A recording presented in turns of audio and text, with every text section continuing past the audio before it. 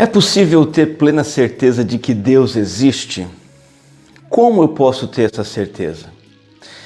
Quero responder essa pergunta para você e começar fazendo menção a uma afirmação de Jesus lá no Evangelho de João 7,17. Certa vez, Jesus disse assim: se alguém decidir fazer a vontade de Deus, descobrirá se o meu ensino vem de Deus ou se falo por mim mesmo. Eu quero voltar já nessa afirmação, mas antes eu quero dizer que tem um monte de material muito bom respondendo essa pergunta. Será que Deus existe? É possível ter essa certeza? Eu queria indicar alguns livros que eu conheço, que eu já li, e o primeiro deles é esse aqui, tratando desse assunto, um livro muito famoso, Não Tenho Fé Suficiente para Ser Ateu, do Norman Geisler e Frank Turek. Esse livro é da editora Vida e, como o nome já diz, ele vai mostrar que é mais fácil você ter fé para crer na existência de Deus do que na existência de Deus olhando para as evidências científicas, históricas, filosóficas e tudo mais. Muito bom esse livro. Outro livro que eu quero indicar é o do professor Adalto Lourenço, Gênesis 1 e 2, é o título do livro, da editora Fiel. Esse livro traz uma leitura de Gênesis capítulo 1 e capítulo 2 numa perspectiva científica, ou seja, como as evidências científicas e os relatos da criação de Gênesis 1 e 2 se harmonizam. Muito bom esse material e muitos outros do professor Adalto Lourenço. Este livro especialmente trata da questão das escrituras, da Bíblia. 7 razões para confiar na Bíblia, do professor e pastor Erwin Lutzer. Ele traz algumas perspectivas que nos dão a base para confiar que a Bíblia realmente é um livro que veio da parte de Deus e nós podemos confiar no seu conteúdo. Um clássico da defesa da fé, da defesa da existência de Deus é Evidência que Exige um Veredito, de Josh McDowell, editora Candeia. Ele vai tratar da autoridade da Bíblia, evidências históricas da fé cristã, quem foi Jesus de Nazaré, um lunático, um mentiroso ou o Senhor dos Senhores, em que bases estão afirmadas a fé cristã, evidência que exige um veredito. Recomendo também mais um de Josh McDowell, Evidências da Fé Cristã, porém esse aqui é um livro organizado pelo Bill Wilson e também traz respostas eficazes para defender sua fé. Os cristãos precisam estar preparados para defender sua fé e aqui existem algumas respostas às perguntas que mais são levantadas. E por fim, um clássico mais antigo sobre crença racional na existência de Deus e na fé cristã, Razão para Crer, do R.C. Sproul, um livro da editora Mundo Cristão, bem antiguinho, trazendo respostas às objeções comuns ao cristianismo. Esse aqui lida mais com maneiras de você defender sua fé e fazer apologética. Acontece que todos esses materiais e tantos outros vão seguir a seguinte linha. A linha de que a observação e a indução nos ajudam a investigar essa pergunta: Deus existe? É verdade que Jesus Cristo é o Filho de Deus? Existem evidências observáveis que apontam para alguma inteligência sobrenatural pré-existente? Existem efeitos observáveis que apontam necessariamente para a existência de um Deus? Por exemplo, vou pegar aqui de novo esse livro, tomando como um livro escrito por um autor. De fato, é muito lógico e sadio dizer que esse livro possui um autor. Esse livro é a evidência de um autor que eu nunca observei, nunca vi, nunca me encontrei com ele, R.C. Sproul, eu tenho o nome dele aqui, mas esta é a evidência de que este R.C. Sproul existe. Assim também existem evidências da existência de Deus. Todos esses materiais vão por essa linha e o meu objetivo nessa live, nesse vídeo, não é me ater nesses tópicos, apenas mencionar alguns. Por exemplo, existe o argumento cosmológico, o argumento do cosmos, observação do cosmos. Se o universo, o cosmos, teve um início, e a ciência tem afirmado que teve um início, para ter um início ele teve uma causa. Porque aí a gente fica com a seguinte questão: ou ninguém criou alguma coisa do nada, ou alguém criou alguma coisa do nada. O que você prefere? Ninguém criar alguma coisa do nada, ou alguém criar alguma coisa do nada? O que é mais lógico? Robert Jastrow diz o seguinte: certamente houve alguma coisa que fez tudo funcionar. Ele é um agnóstico, ou seja, quase um ateu, né? Astrônomo, diretor do Observatório de Monte Wilson e funcionário da NASA. O Robert diz o seguinte: se você é religioso, é certo que não posso pensar numa teoria melhor da origem do universo do que aquela relatada em Gênesis. Ele diz, alguma coisa tem que ter feito tudo isso que nós vemos funcionar. Então, embora Deus não seja observável, nós investigamos a evidência de Deus pelos efeitos, como se faz com outras coisas que não podemos ver, como eu te dei o exemplo. Eu não vi o R.C. Sproul escrevendo esse livro, mas esse efeito indica uma causa, ele é um escritor humano. O segundo argumento que se usa muito é o chamado teleológico, que tem a ver com a palavra telos, que tem o sentido de alvo, propósito, projeto, algo planejado, teleológico. Então, a precisão do universo, a precisão com a qual o universo se formou, se desenvolveu e subsiste continuamente, nos dá provas ainda mais persuasivas da existência de Deus. Então, seguindo o argumento filosófico, as 3 premissas. Primeira, todo projeto tem um projetista. O universo, segundo a afirmação, possui um conceito bastante complexo. Dedução, o universo teve um projetista. Um dos defensores desse pensamento, meu amigo, minha amiga, nada mais, nada menos do que Isaac Newton, admiradíssimo, respeitadíssimo cientista da nossa história. Ron Carson diz o seguinte: no ensino básico me ensinaram que um sapo transformando-se num príncipe era um conto de fadas. Na universidade me ensinaram que um sapo transformando-se num príncipe é um fato. E eu diria, ensinam que é um fato científico. Então nós temos aí o argumento cosmológico e teleológico mostrando evidências de que existe um Deus por trás de tudo. Existe também o argumento antropológico. O grande e famoso C.S. Lewis é um dos proponentes mais reconhecidos dessa teoria, desse pensamento. A ideia é que o ser humano carrega dentro de si o pensamento, a noção da existência de Deus. Também tem a ideia de que o ser humano possui uma consciência moral do que é certo e do que é errado, que só pode ter sido dada por um ser moral superior a ele, que também tem que ser um ser racional, inteligente e pensante. Então o testemunho da existência de Deus estaria impregnado em cada pessoa. Uma quarta área e última que eu quero citar acerca de evidências da existência de Deus tem mais a ver com a Bíblia. Há razões praticamente irrefutáveis para você confiar na Bíblia. Quando nós perguntamos, um Deus falou, existem razões totalmente críveis para aceitar que de fato um Deus falou e nós devemos acessar e crer nessa revelação, nessa comunicação, nessa fala. Existem evidências. E eu citei o livro 7 Razões para Confiar na Bíblia, que trazem 7 dessas evidências. Uma colocação que é feita nesse livro, 7 Razões para Confiar na Bíblia, é a seguinte: Voltaire, um grande estudioso também, grande cientista da história, disse que em uma geração depois dele, a Bíblia ficaria fora de moda. Entretanto, depois que ele morreu, esse filósofo teve a sua casa comprada nada mais, nada menos do que pela Sociedade Bíblica de Genebra. E a Sociedade Bíblica de Genebra comprou a casa dele justamente para produzir e distribuir Bíblias na Europa. Então, conforme é possível perceber, a Bíblia, diversas vezes, era declarada como um livro morto, mas o cadáver dela nunca é encontrado. Por quê? Porque ela tem em si mesma evidências de que ela é a palavra de Deus. Por exemplo, ela se autoafirma a palavra de Deus, e isso tem peso. Ela tem uma credibilidade histórica e arqueológica até hoje que não pode ser refutada. As profecias da Bíblia, todas elas que foram dadas para se cumpriram com exatidão. Ela é um livro de conteúdo, modo de escrita, preservação de natureza sobrenatural. O ser humano nenhum conseguiria produzir ou poderia produzir o que a Bíblia de fato é. Então nós temos razões irrefutáveis também para confiar na Bíblia. E há muitos outros argumentos, mas eu quero me deter a uma prova, a uma única evidência. E esta sim é decisiva.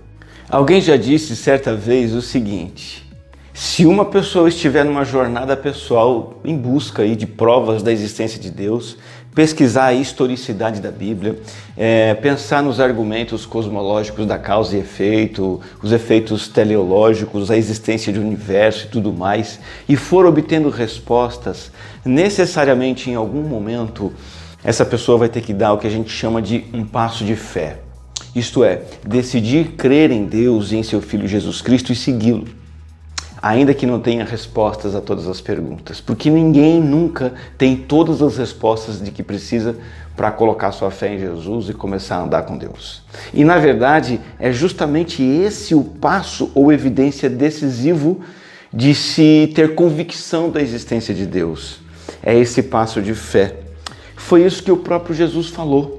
Ele falou para uma audiência, um público, pessoas extremamente críticas e céticas a respeito de quem ele era.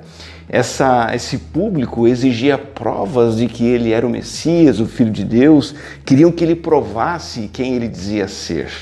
E veja, João capítulo 7 vai dizer o seguinte: nem seus irmãos criam nele. João 7,5. O versículo 11 diz: na festa os judeus o estavam esperando e perguntavam: onde está aquele homem?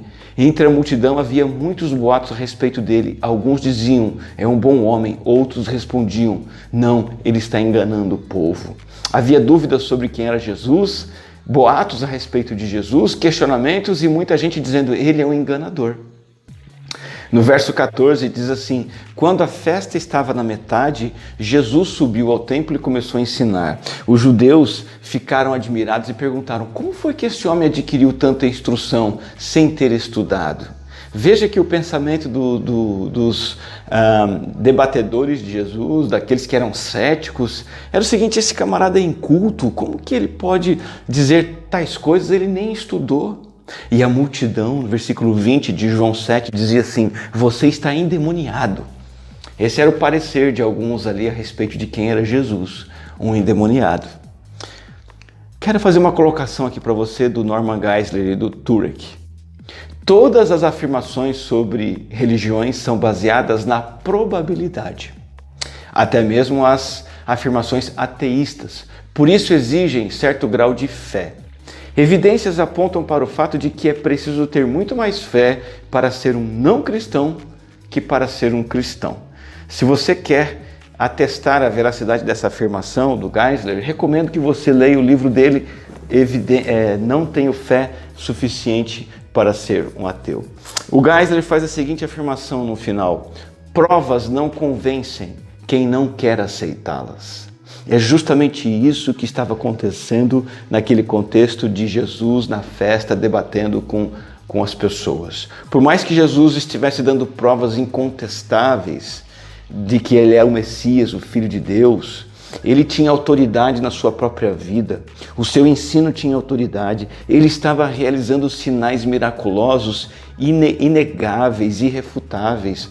O Evangelho de João conta 7 sinais miraculosos que Jesus fez. Entretanto, mesmo mostrando e provando que ele era o Filho enviado do céu, ele declarou que a prova decisiva é essa: se alguém decidir fazer a vontade de Deus, descobrirá se o meu ensino vem de Deus ou se falo por mim mesmo. Sabe o que Jesus está fazendo aqui?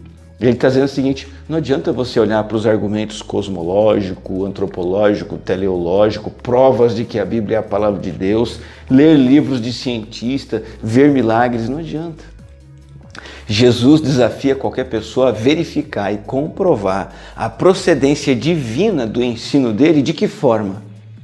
Decidindo acreditar e praticar aquilo que ele afirma. Quando você e eu decidimos crer em Jesus e segui-lo, nós descobrimos que ele é verdadeiro, que ele é o Filho de Deus, que ele é o Salvador, que ele é real e que ele esteve e sempre estará conosco. Todos os que ficarem esperando por uma lista de evidências, uma lista de provas, para então, depois disso, decidirem seguir a Jesus, jamais o seguirão. Mas aqueles que, com um pouco de evidências que tiveram, pouco de provas, o pouco de informação, tomarem a decisão de crer e seguir Jesus esses terão todas as evidências e provas de que necessitam. O Blaise Pascal disse o seguinte: quase que invariavelmente as pessoas formam suas crenças não baseadas nas provas, mas naquilo que elas acham atraente. E o ser humano por si só se recusa a achar a existência de Deus atraente. Por quê? Porque ela é incômoda. Ela nos incomoda, ela nos tira do trono, ela mexe com as nossas convicções e com padrões morais e comportamentos morais equivocados. Por isso muita gente se recusa a crer na existência de Deus, seja pelo ateísmo teórico, que eu chamo de ateísmo corajoso, é aquele honesto que declara que Deus não existe e pronto, o ateísmo teórico. E tem o ateísmo prático, que é o ateísmo medroso, é a pessoa desonesta, porque ela diz que Deus existe, mas o Deus revelado nas Escrituras afeta muito pouco ou quase nada o seu estilo de vida. Veja, o motivo dessa recusa, seja teórica ou prática, não é um motivo intelectual, não é por falta de evidências, nem por falta de convicção íntima. O motivo é moral e espiritual. A pessoa ela não quer assumir as implicações de se curvar à existência de um Deus soberano, santo, justo, etc. Ela prefere continuar se achando dona do seu próprio nariz. Entretanto, a partir do momento que essa pessoa decide crer em Jesus e andar segundo a palavra de Jesus, ela vai desenvolver a convicção de que esse ensino vem da parte de Deus. Deixa eu terminar esse tempinho com 3 colocações. Primeiro, enquanto você reluta em fazer o que Jesus diz, em praticar a obediência, sabe o que vai acontecer? A incredulidade, a dúvida, a incerteza acerca de Deus vão te assombrar, vão enfraquecer sua fé e vão afastar você do caminho da vida com Deus, da comunhão com Deus. Segundo, quando você se submeter à obediência ao que Deus ordena, você vai provar e você vai aprovar e você vai desfrutar de que aquilo que Jesus diz é celestial. Você vai experimentar a vida abundante que Ele prometeu. João capítulo 10, Ele fala de vida plena, vida que satisfaz. Essa experiência é reservada não para aqueles que têm todas as provas reunidas, mas para aqueles que decidem crer em Jesus, abrir a Bíblia, ler as Escrituras, conhecer Deus ali e viver de acordo com o que está escrito. A terceira colocação que eu quero fazer para você é apenas uma ilustração, um exemplo. Quando você olha para uma fruta apetitosa, você pode apenas rejeitar aquela fruta, dizer que você não quer. Você pode comer aquela fruta com os olhos, como a gente diz, né? Você olha para a fruta, você aprecia a fruta, vê a sua cor, o seu tamanho e você pode até tocá-la nela e sentir a sua textura. Mas mesmo assim você não vai saber se aquela fruta é boa ou não. Terceira coisa que você pode fazer com a fruta é pegar ela e dar uma bela de uma mordida e provar o seu sabor e provar o quanto ela é deliciosa e desfrutar dela. É somente nessa terceira maneira, não é mesmo, que você vai saber realmente que essa fruta é saborosa e boa. Se você apenas olhar, você não saberá. Se você rejeitar, muito menos. Mas se você pegar e comer, você vai desfrutar do sabor dela e vai saber quão boa ela é.